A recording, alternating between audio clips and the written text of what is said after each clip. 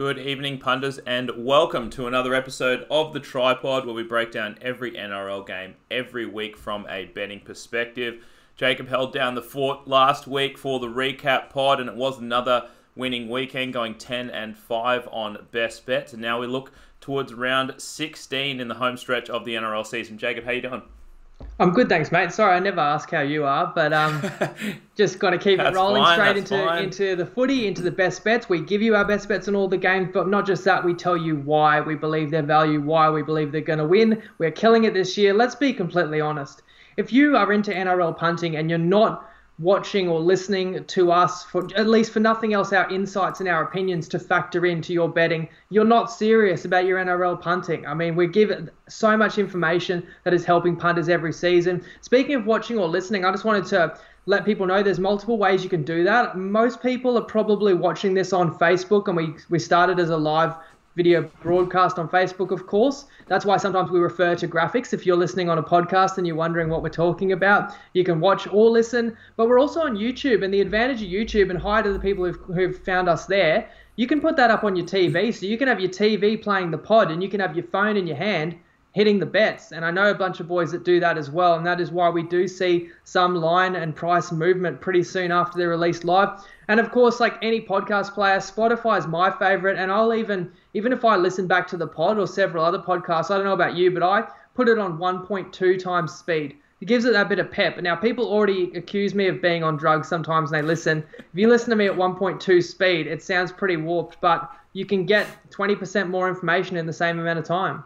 1.2 isn't too bad. I've heard people listen to it at 2.0, and I don't know how their brain functions. But yeah, I mean, it's 2020 now, and I mean, you can throw YouTube on your smart TV or whatever. You can just get that right up on there, and I know a few people that do that. Let's start the round off, Jacob. Round 16 with the cracker. Might be game of the round, actually. We've got the Eels hosting the Rabbitohs. The Eels are 6-point favourites.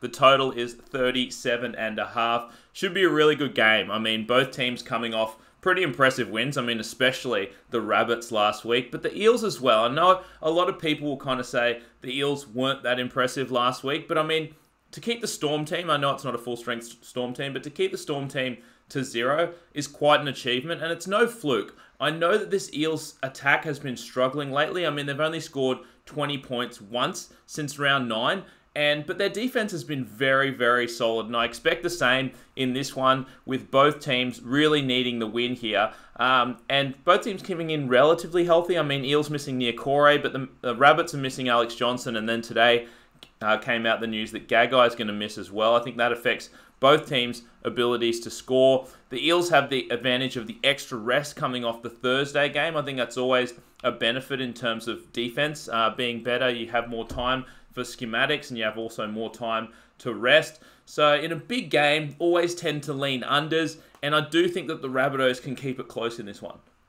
Yeah, I want to go back and talk about Eels versus Storm, because we talked about it heaps last week. He gave you every reason in the world why you could have been on the Eels, and no matter which way you got on them, you were on the right side in that one. And what I find crazy is everyone before the game last week was, the Storm are great value, they're $2. Oh, they're $2.50, even better. Oh, the Storm's $3, great value. The Eels won 14-0. The Storm never really got close. And all I heard after the game was, oh yeah, not surprised. Oh yeah, nothing, not downgrading the Storm. They had a lot of players out. And if anything, no one's impressed by the Eels, and everyone's saying, oh, they're a bit disappointing. They didn't go on with it. So hang on, we had a team that didn't play even well, and we have the other team didn't surprise, but our team won by 14-0 anyway. So imagine if they played well. So what a great bet that was. We got the Eels as underdogs. But I do agree that the Eels were a little underwhelming. I think their attack is off. But you listen to Brad Arthur, and he's preaching defense. He says that everything that they've been focusing on, well, their defense will be put to the test this week, because look at how good the Bunnies were last week. Now, Johnston scored 2 tries in his second try. He got knocked out, and he's not playing tonight. Gagai is not back. So cluster injuries to wingers there. Thins them out a little bit. But, geez, the spine is clicking. The forward pack gets back Liam Knight as well.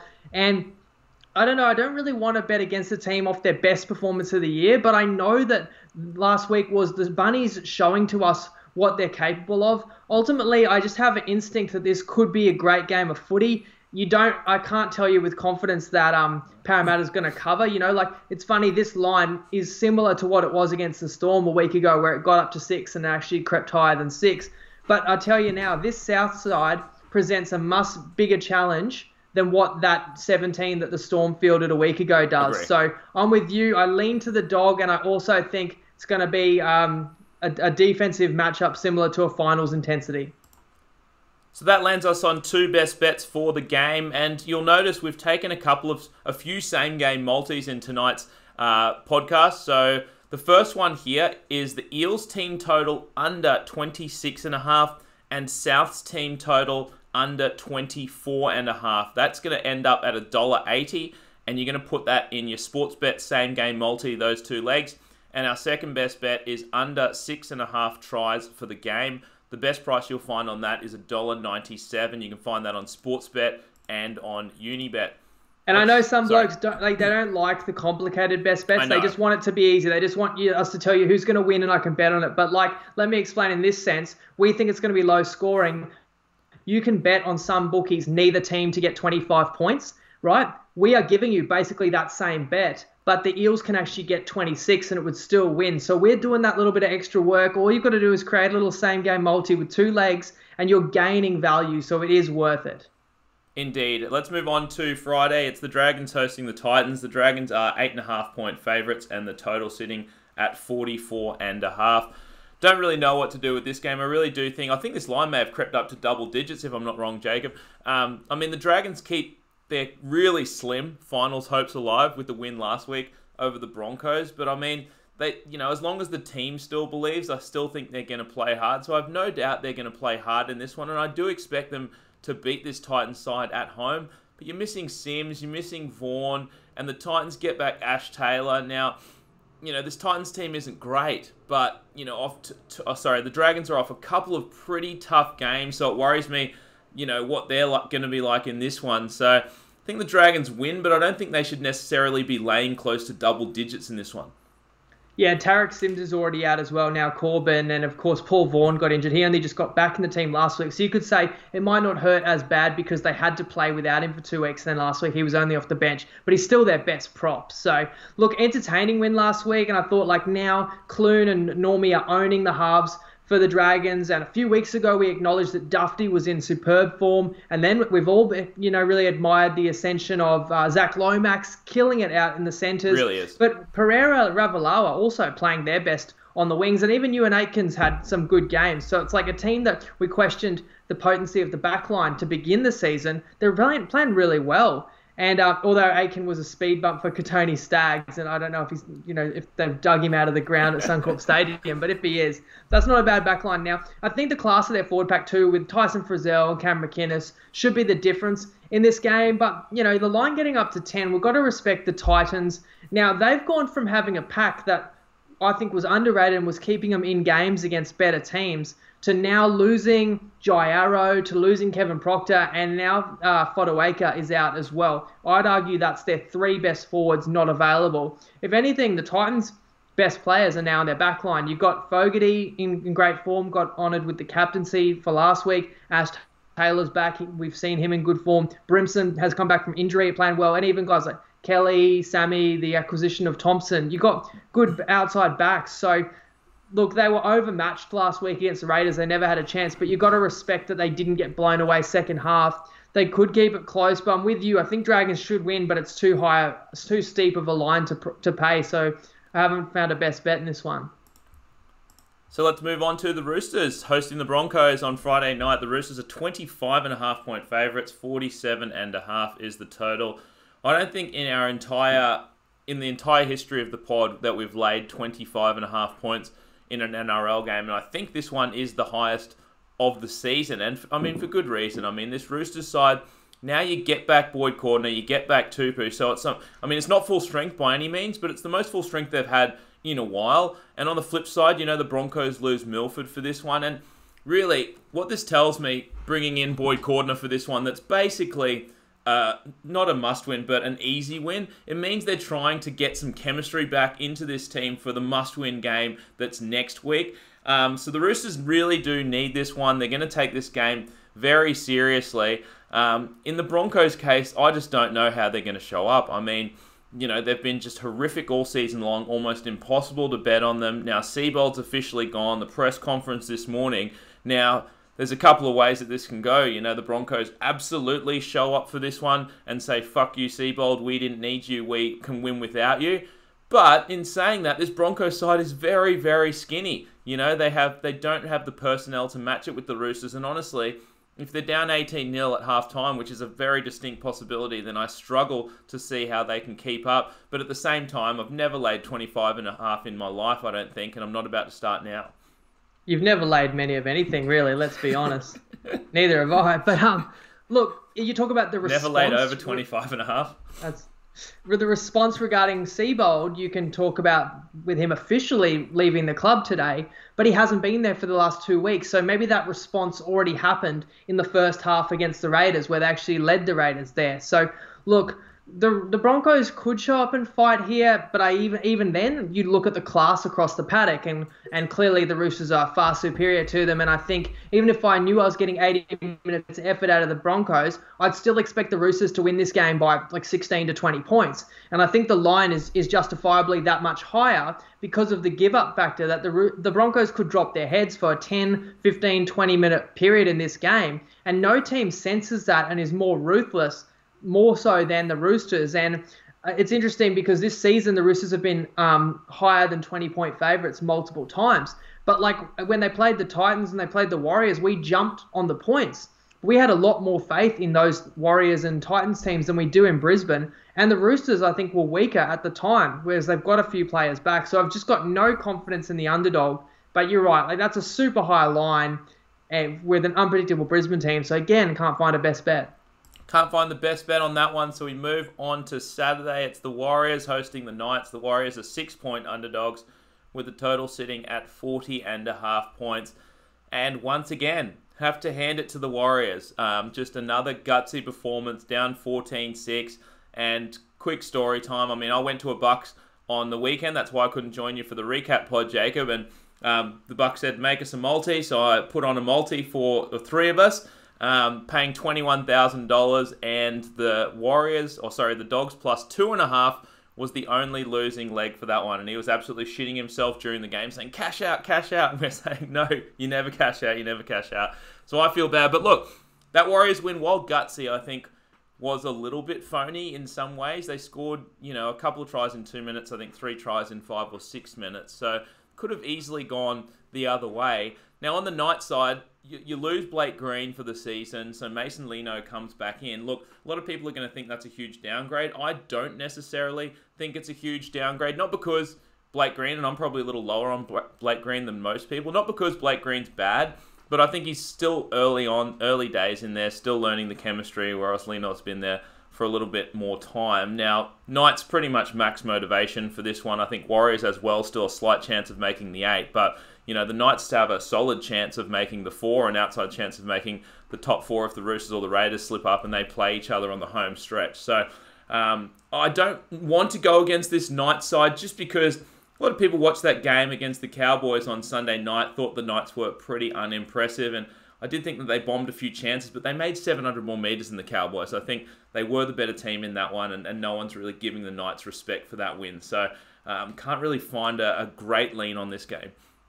You're right. The roadmap for the Knights to make the top 4 is the Roosters beating the Raiders in Canberra next week, and then that drops the Raiders down below the Knights if the Knights win. But then the Knights upsetting the Roosters, and then both the teams above them will have had a loss, and if they run the slate, they would control their destiny to make the top 4. So it's still very, very possible, very feasible. They got the job done. It was ugly last week. They're not getting much praise for beating the Cowboys. But I always say when you hold an opponent to 0, you've got to respect that in the NRL. I'm with you as well, Green, not a huge loss because they were still integrating him. And if anything, Mason Lino can kick goals. And Callum Pong has been pretty bad at doing that this year. So could almost be an upgrade in terms of how many points they might put up. Look, you can't look much further at this matchup than RTS versus Pong. I mean, that in itself is mouthwatering, especially on a suburban ground on an afternoon. And I do look at players like Mitchell Pearce. The Warriors don't have quite a player like that, although Chanel Taras-Tavita comes back in, but a half that can take the game by the scruff of the neck if it's close. And Clemmer, to me, is going to be the best forward, in the middle of the field there. And that's why the Knights should win this. In saying that, the Warriors are still mathematically in the hunt for the 8, which would be one of the all-time greatest achievements. And I think there's a hidden factor here as well, and that is the home ground. That you might look at this briefly and think it's a neutral venue. But my understanding is they're playing at Scully Park, Tamworth by choice, to basically thank the town for accommodating them for doing their quarantining in the first 2 weeks when they had to stay in Australia. So that could actually be a motivating and energizing factor for the team to come in and play well in this one. Look, one thing that worries me about taking the Warriors is favourites won 8 out of 8 last week. Depending on when you got New Zealand, it was a flip favourite. Most of the favourites are probably going to win this week, and I know a lot of people, are going to pick all the favourites, but this seems to be the game everyone thinks will be an upset. So the cat's out of the bag with them. They've won 3 of their last 4, and their only loss is a 6-point loss to the Panthers. No shame in that. So I feel like the value on the Warriors is kind of dissipated a lot by now, but still, if I had to play a side, I'd be taking the plus 6.5. I think we just respect the Knights just enough, and we still just question the consistency of the Warriors just enough to stay off the game.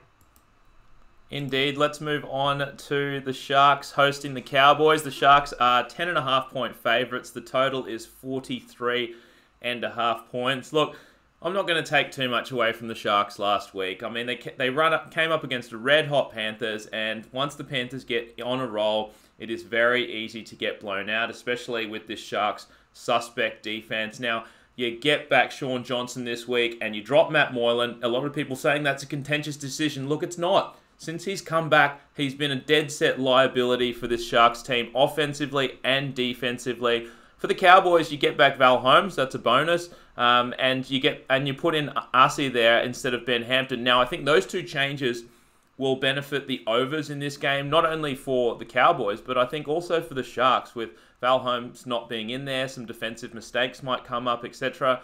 Now, this Sharks side, it's not like they're fully clear in the top 8. They're sitting at 8. They're only 2 games ahead. So I think they have everything to play for in this game, and they're going to be max motivated.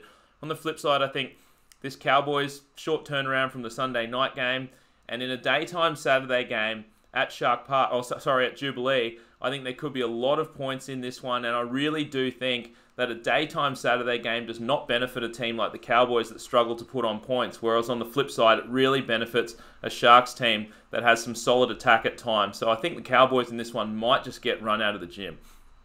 And were you going to mention the loss of the most important player in the game in Taumalolo as well? And especially in terms of forwards, I mean, what he means to the Cowboys is up there in the magnitude of a Manly losing Tom Trbojevic or Warriors losing Roger Tuivasa-Sheck. Yeah, in my mind. And you're right, there could be points in this one. It could be open, free-flowing footy. And the Cowboys' defense has been so unreliable all year. And I know Josh Hannay is going to really challenge them to be up to par this week, but it's going to be tough. I just keep having visions of basically Sean Johnson on the right or Wade Graham on the left of the ruck, just tormenting the Cowboys all afternoon. Whereas the Cowboys might have some points in them. We saw it against the Bunnies. Like, since Michael Morgan's come back into this team, since Drinkwater's come back, and I know they lose the hammer, but you gain Valentine Holmes. And Cronulla's like no brick wall in defense either. So I'm with you that this could be a points fest. And here's my big question, and I hand back to you when you read the best bets. You can answer this. Look, we love, as bettors, taking a good team off a bad loss. Now, Cronulla last week, certainly a bad loss, getting flogged by the Panthers. Now, they've still got to solidify their spot in the top 8. Are Cronulla a good team? Because if they are, we've got to bet on them this week. I think they are, and I think I've been a little bit higher on this Sharks team than you have during the season, but I mean, last week, yes, you get run out of the gym, but no Sean Johnson. And I really think that Matt Moylan, like I said, has been a dead set fucking liability for them. But I really do think that the Sharks team on their day are a very good team. And I think that, a sunny afternoon game on a Saturday, they could be really good here. So we are taking them. We're taking the Sharks in a race to 25 market. That's $1.90 on Unibet. That's the first best bet. Second one is the Cowboys not to win either half. That's $1.85 on Bet365. And the third bet is the Sharks to score over 4.5 tries. You'll find that one $1.88 on Ladbrokes and on Neds. Let's move on to the Panthers hosting the Tigers. The Panthers are 12.5-point favourites. The total is 43.5, and that line is ticking down as we speak. I think most places have that either at 12 or 11.5 at the moment. Now, Panthers, like we just talked about with the Sharks, a pretty cruisy win over the Sharks, and the Tigers look, a disappointing loss to the Roosters, but when the Roosters get on a roll, it's pretty easy to get blown out like that. Now, the Tigers still in ninth, still 2 wins out of the 8, but I mean, they've still got to believe that there's an outside chance. And I mean, you probably said it a while back, Jacob, that the Tigers fucked their season when they lost that game to the Warriors. But look, whether they think they can make the 8 or not, and I think they do, I think they have to be up for this game against the Panthers for very obvious reasons. So I do think that the Tigers show up in this one. The big factor is, though, I mean, the Panthers now missing Kickow, who's been massive for them, and especially Coruscant, who's arguably the buy of the year. They've been massive for this Panthers team. I think this could really turn into a game with a lot of feeling, and whenever you have something like that, you tend to lean towards the unders and you tend to lean towards the dog. And Harry Grant back, we just see the confidence that he adds to the Tigers. You know, I'm surprised Harry Grant's back because I thought Madge would have been very cautious with his injury and certainly not push him. I'm joking. Madge would have sent him out a month ago if he could have. Madge would have him out there with bloody 2 broken legs. So, no surprise he's back here. I hate to think what the Melbourne Storm's thinking right now if he's playing out there with a bad knee. But, yeah, we do have to take the Tigers in this one. And I'm not a big Tigers fan. I don't think a great deal of them. I keep talking about how they are limited by not having a list that really competes with the top tier sides, and was very confident to lay the points against them last week when they had more chance of making the 8, and they should have been, technically more desperate, and they were playing at Leichhardt. But they are relatively full strength here, and regardless, as you say, whether they can make the finals or not, there's a motivational clash with the Panthers here. There's Ivan walking out on them, and the fact that Coruscant and Kickout both aren't playing, it just brings the Panthers slightly back to the field. Now, look, hear me out for a second. You're not going to want to hear this, but if the Panthers minor premiership bet that we gave out at $7 is going to lose, here's how it loses. The Eels win on Thursday, Penrith lose this one to a fired-up Tigers, and then Parramatta beats Penrith in 2 weeks. Yep. And that's not out of the realm of possibility. So for that bet to get through home, we definitely need Panthers to be on their game here. Are they going to be motivated? I think so. They've won 10 in a row. That's motivation enough, right, to keep a winning streak going. What about revenge on Joey Leilua for the cheap shot on Dylan Edwards? Do they want to really serve it to him? And maybe they just want to back their coach, knowing that the Tigers are going to try and stick it to Ivan. Well, the Panthers players love Ivan. So I think both sides will be up for this, but I just think we're getting probably a little bit too much line value on the Tigers. We kind of saw what happened when these two sides met about 6 weeks ago. I think the game can be a bit closer like that one. And when we gave out that Panthers minor premiership bet at $7, I think we said to ourselves, like, if it comes down to that Eels game, we're going to be very happy if the winner takes all from that one. But, I mean, from this point, when they're $1.15 to win the minor premiership, if it comes down to that game, I won't be happy. We've got 3 best bets on this one. This first one is the Tigers plus 2.5 tries. That is $1.85 on Bet365. You'll find it under the score tab. Second 2 bets are same game multis. The first one is the Panthers plus 12.5 points and the Tigers plus 15.5 points. That ends up being $1.80 in a sports bet same game multi, and I believe you have to take the Panthers in the market that's called plus 12.5. And the third bet is the Panthers team total under 33.5. You're going to put that in a same game multi with the Tigers team total under 25.5. That's going to be $1.80 on Sportsbet as well. And to explain those as well, similar to you could bet either team 1 to 12. But what we've achieved there is we've got either team 1 to 12, but the Panthers could actually win the game by 13, 14, or 15, and we'll win as well. And with the other one, with the both team alt totals under, it's similar to a race to 30 no, where we're saying neither of these teams should get to 30, but we actually we're fine even if Penrith scores 31, 32, or 33. We're sacrificing. Oh, how much have we got Penrith up to? 33.5 and 25.5. And we're just sacrificing really the chance the Tigers score 26 or 28. You've seen how well Penrith's played this year. We're not too concerned about that. So that's like why we've played those as same game multis rather than just a standard market. Yeah, that's right. And I mean, despite us liking the Tigers, we probably think there's a slightly higher chance that the Panthers score 31 to 33 than the Tigers score 26 to 29. Let's move on to the Storm hosting Manly. The Storm are 12.5 point favourites. The total is 43.5 points. Now, the Storm get back some guys this week, which will certainly give them a boost because they really struggled in attack last week against the Eels on the Thursday. You get back Smith, Munster, Jerome Hughes, you get back Jesse Bromwich. But you lose Kenny and you lose the Hectic Cheese with the broken jaw. I think he'll be out for probably the rest of the season, right, Jacob? I've seen... I don't know, maybe finals could come in.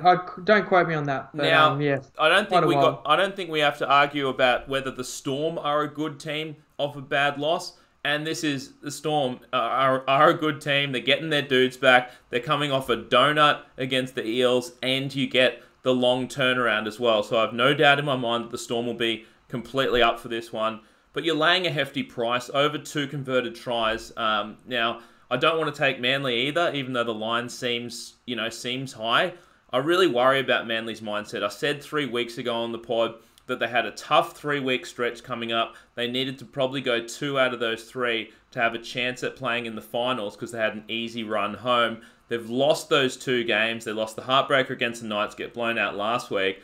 So I just wonder if this Manly side kind of knows that they're done for the season now. I think that may be the case. Even if it's not, I still can't really see the Storm losing this one.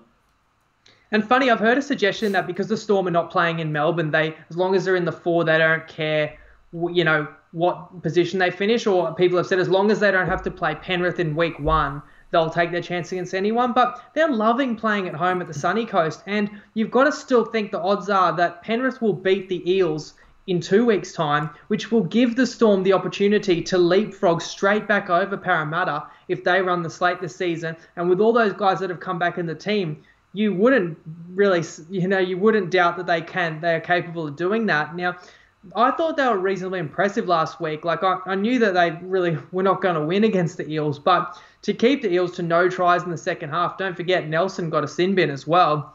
So pretty solid with it, the limited options they had available. Now, you can argue, will they be a bit rusty with all these guys coming back into key positions that haven't played footy in a little while? But I feel like the Storm style of play is they work themselves into the game through their defense.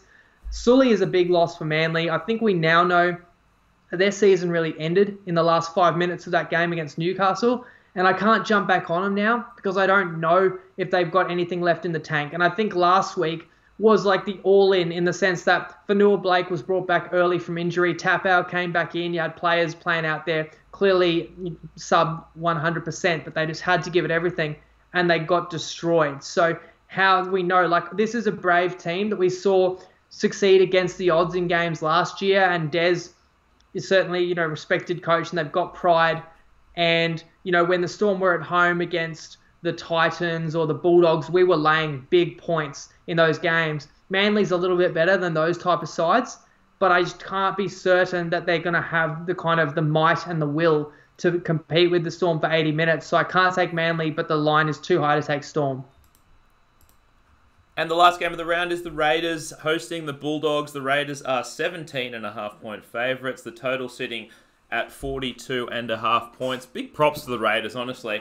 Every reason that this season could have been derailed for them early on. A lot of injuries, losing close games, etc. But they've really come home strong, and they are a solid chance at making the top 4 here. They're going to be fully motivated. Like I said, good chance of making the top 4. And this is, pretty much the full-strength side that they're fielding here, the Raiders, which they haven't had for most of the season. The issue is the line is close to 3 converted tries, and it's really tough to lay those kind of points. But honestly, gun to my head, I probably would, because the Bulldogs, now that's 2 weeks in a row, you've been really close and kind of brutally lost. Last week you're up 14-6, you lose a close one the game before, and I think it's going to be really tough for them to back up once again in one of the toughest places to play in Canberra. So I don't want to take the Dogs either, but it's probably too high of a points to lay with the Raiders.